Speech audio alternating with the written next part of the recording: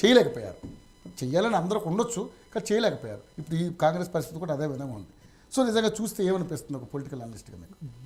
అంతే, ప్యానెల్లో ఉన్నందరికీ ప్రేక్షకులకు అందరికీ కూడా నమస్కారం అండి.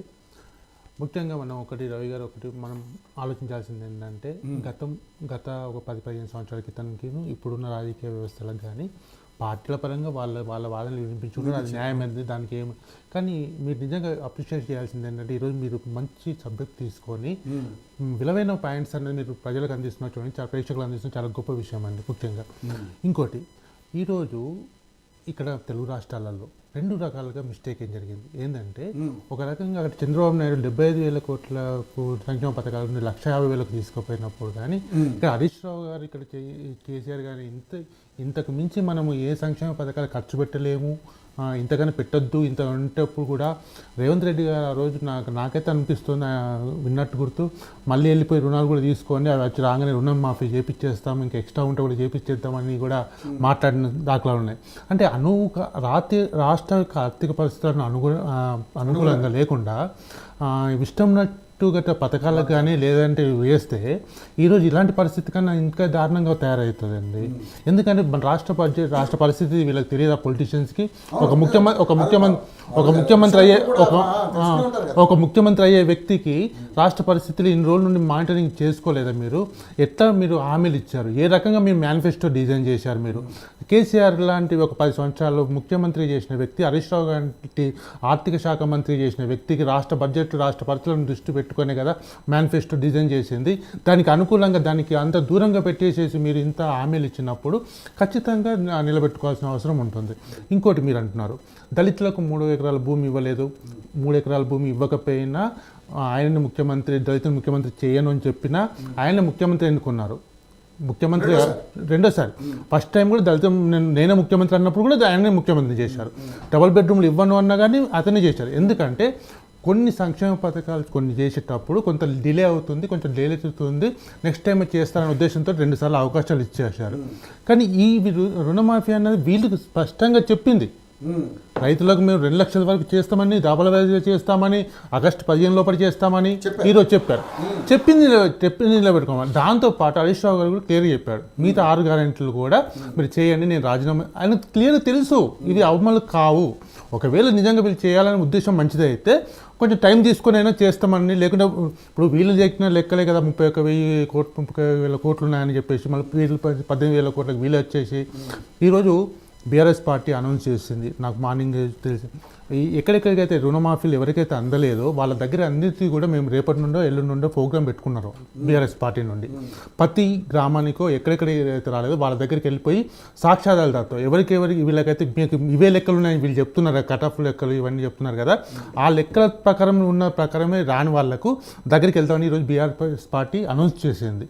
సో ఏదైనా సరే రాష్ట్ర బడ్జెట్ను మించి అంటే ఆర్థిక పరిస్థితులను అంటే ఇప్పుడు ఇంకోటి ఏంటంటే మనకు ఇన్పుట్ కూడా తగ్గింది. అంటే రెవెన్యూ జనరేషన్ కూడా ఈ 8 నెలల నుండి గ్రాఫ్ తగ్గుకుంటూ వస్తున్న సమయంలో రెవెన్యూ జనరేట్ అవ్వనప్పుడు మనం ఈ సంక్షేమ పథకాలకి నీకు ఎక్కడ తీసుకొస్తాం? ఒక పాయింట్. ఇంకోటి ఏంటి, మనకి కేంద్ర ప్రభుత్వం నుండి లాస్ట్ బడ్జెట్లో చూస్తే మనకు జీరో, ఏమీ సపోర్ట్ రాలేదు. సో ఇన్ని రకాలమైన ఇబ్బందుల పరిస్థితుల్లో ఈ రుణమాఫీ చేస్తామని మంచి ఆలోచన, నేను కాదనట్లేదు, రైతులకు చేయాల్సిందే చేయాల్సిన.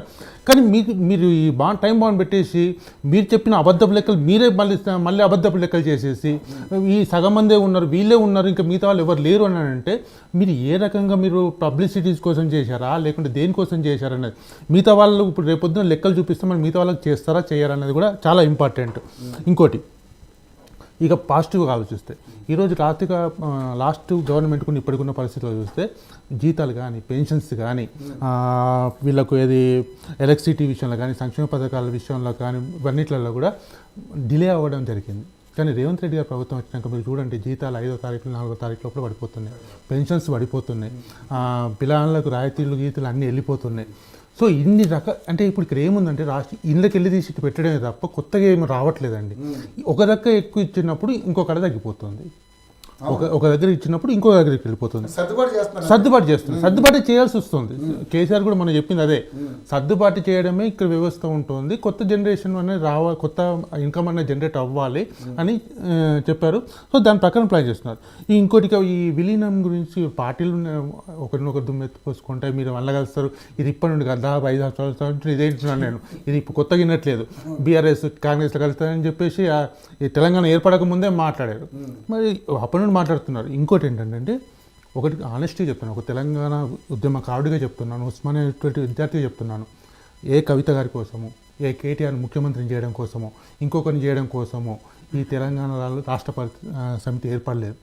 తెలంగాణ ప్రజల కోసం, తెలంగాణ కోసం ఏర్పడినది. సో కవిత గారి కోసమో లేకుంటే ఉద్దేశం మంచిదే కావచ్చు, అన్నట్టు ఉద్దేశం మంచిదే కావచ్చు, తర్వాత కాలాంతరంగా దాని పరిస్థితి ఏ విధంగా మారింది? ఇప్పుడు కవిత గారు ఇవ్వలేకపోతే ఇప్పుడు కవిత గారి కేసు కోసమే బీజేపీ తోటి లింక్ పెట్టుకోవాల్సిన అవసరం అయితే లేదు. ఒకటి ఫస్ట్ ఆఫ్ ఆల్, ఎందుకంటే ఇక్కడ అట్లా ఏది ఉంటే ఈరోజు ఎప్పుడో కేసీఆర్ వెళ్ళిపోయి మాట్లాడేవాడే కదా. సో అవి తప్పుడు ఆరోపణలు. ఇక్కడ నేను ఒకటి మాత్రం క్లారిటీగా చెప్తున్నానండి, కాంగ్రెస్ బీఆర్ఎస్ కలవదు, బీజేపీ ఈ విధంగా మాట్లాడుతున్నాడు. ఇది కేసీఆర్ గారు గవర్నర్గా, కేటీఆర్ గారు కేంద్ర మంత్రిగా. ఇప్పుడు రేవంత్ రెడ్డి గారు ఏంటప్పుడు కేసీఆర్ ఎంత మాటగారో అందులో ఒక 10% అంత కొంత రేవంత్ రెడ్డి గారు అంటే కొన్ని ఆరోపణలు చేసేటప్పుడు కానీ లేదంటే కొంత సమాధానాలు ఇచ్చేటప్పుడు కానీ ఆ స్థాయిలో ఇస్తేనే అతనికి రీచ్ అవుతుంది. ఇప్పుడు ఎందుకంటే ఏదో ఆ కేసీఆర్ మాట్లాడిన స్థాయిలో మాట్లాడాలంటే ఈ తెలంగాణ ఏ రాయికైనా కూడా సరిపోదు. ఇప్పుడు రేవంత్ రెడ్డి గారు మాత్రం ఆ మాత్రం మాట్లాడుతున్నారు, ఇంకొక నాయకుడు అయితే అసలు ఇంకేం మాట్లాడలేడు.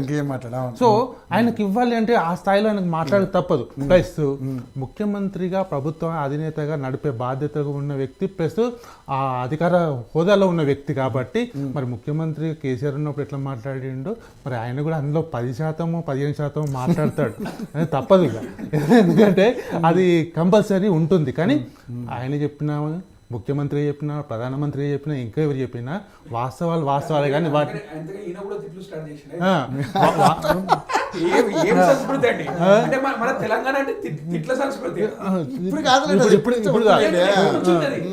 ఇప్పుడు ఒకటి రవి గారు 2014 తర్వాతనే ఉద్యమ కాలంలో ఏదైతే మాట్లాడడం జరిగిందో అది ఇప్పుడు ఉమ్మడి ఆంధ్రప్రదేశ్ లో జరిగిన అసెంబ్లీ చూడండి, లేకపోతే ఆ 10 సంవత్సరాలు కేసీఆర్ గారు ఉన్న అసెంబ్లీ చూడండి, మొన్న కాంగ్రెస్ పార్టీ వచ్చినాక అసెంబ్లీ చూడండి, మీకు ఆ 10 ఏళ్ళు తిట్ల పురాణం తప్ప ఇంకా వేరే జరిగింది లేదు, బయట కానీ లోపల కానీ. కానీ ఇది జరిగిందండి. ఇప్పుడున్న దాంట్లో అంటే కొంచెం తిట్లయితే ఎవరు ఆశ్రయించారండి. మీరు మర్చిపోయారు,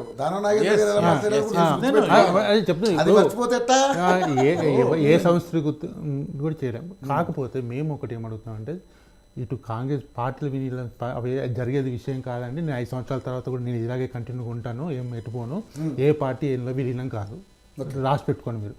కానీ నేనేమంటున్నానంటే ఇక్కడ రాష్ట్ర భవిష్యత్తు దృష్టిలో పెట్టి నిజం చెప్పాలంటే మన బడ్జెట్ సమావేశాలు జరిగినప్పుడు మిగతా రాష్ట్రాల అసెంబ్లీ కన్నా మన దగ్గర ఒక ప్రయోగం మన ఏంటిది ఉందాతనంగా జరిగింది. ఎక్కడ కూడా వాకౌట్లు చేయించాలో లేకుంటే సస్పెండ్ చేయాలో జరగలేదు. అంటే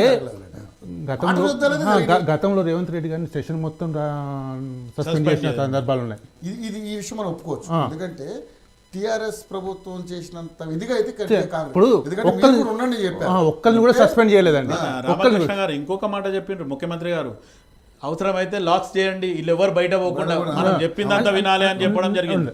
సో అందులో మనకు ఇప్పుడు కావాల్సింది ఏంటంటే మీరు ఇప్పుడు అధికారంలో 5 సంవత్సరాలు ఉన్నారు, రేపు 100% చెప్తున్నాను, తలకు మించిన భారాన్ని కాంగ్రెస్ పార్టీ మీద పెట్టుకుని అయితే ఏ సామాన్యుని అడిగినా తెలుస్తుంది. ఫస్ట్ ఆఫ్ ఆల్ ఈరోజు మనకు కేంద్రం నుండి వచ్చే సపోర్ట్ మొన్న బడ్జెట్లోనే తెలిసిపోయింది, 0. నెక్స్ట్ కమింగ్ డేస్లో చూస్తారని సారే చెప్పాలి, మరి మనకి ఎంతవరకు మన తెలంగాణ రాష్ట్రానికి నిధులు తీసుకొస్తారు అన్నది మనకు తెలియాలి. దాంతోపాటు మనకి ఎంతమంది ఇండస్ట్రీస్ తీసుకొస్తారు, ఎంతమంది ఉపాధి తీసుకొస్తారు, ఎంత రెవెన్యూ జనరేషన్ అయ్యేదానికి మీ కేంద్రం నుండి సహకారం వస్తుంది అన్నది మరి బీజేపీ కేంద్ర ప్రభుత్వం నుండి సార్ చెప్పాలి.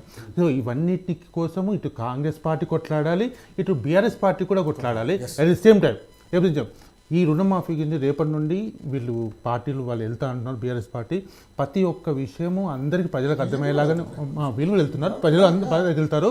ఎవరెవరికైతే రుణమాఫీ రాలేదో వాళ్ళందరూ కూడా మరి వాళ్ళకు కూడా ఇప్పుడు మీరు లైవ్ కాల్లోనే చూశారు ఆ వ్యక్తి యొక్క బాధ ఏంటో. కాంగ్రెస్ పార్టీ అభిమానం అయ్యి ఉండి కూడా ఒక పార్టీ అభిమానం కాదండి, ఈరోజు ఎంత కష్టాల్లో ఉన్న రైతులను వాళ్ళను ఆదుకునే పరిస్థితి కాకుండా వాళ్ళ మీద రాజకీయం చేయడం అన్నది, వాళ్ళ మీద మభ్యపెట్టే ప్రయత్నం చేయడం అన్నది, ఏదో ఇచ్చేసినామని చెప్పేసి వాళ్ళతో సంఘాలు కొట్టించుకొని దెబ్బలు కొట్టించుకొని చప్పట్లు కొట్టించుకునే పరిస్థితి తీసుకొస్తే వాళ్ళని అవమానించినట్టు అవుతుంది. దయచేసి నేను చెప్తున్నాను, రేవంత్ రెడ్డి గారు ఇప్పుడు కాకపోయినా ఇంకా మిగిలిన వాళ్ళకి ఫైండ్ అవుట్ చేయండి, చేసి ఎప్పుడు ఇస్తున్నారో మీరు చెప్పమని నేను కోరుకుంటాను. రాబోయే రోజులలో సెంట్రల్ గవర్నమెంట్ నుండి కూడా తెలంగాణకు రావాల్సిన నిధులలో ఇటు బీఆర్ఎస్ పార్టీ కొట్టాల్సిందే, కాంగ్రెస్ పార్టీ కొట్టాల్సిందే. రైట్ రైట్ శివకుమార్ గారు ఫైనల్గా, ఎందుకంటే ఇంక చాలా కాల క్రితం అయింది కాబట్టి ఓకే చెప్పండి. బట్ ఏంటంటే ఇప్పుడున్నటువంటి పరిస్థితులు మనం చూస్తున్నాం, ఇప్పుడు కాలర్నే చూసాం, మరి ఇంకా మీరు దీన్ని బుకాయిద్దామంటే మనం ఏం చేయలేం దాన్ని.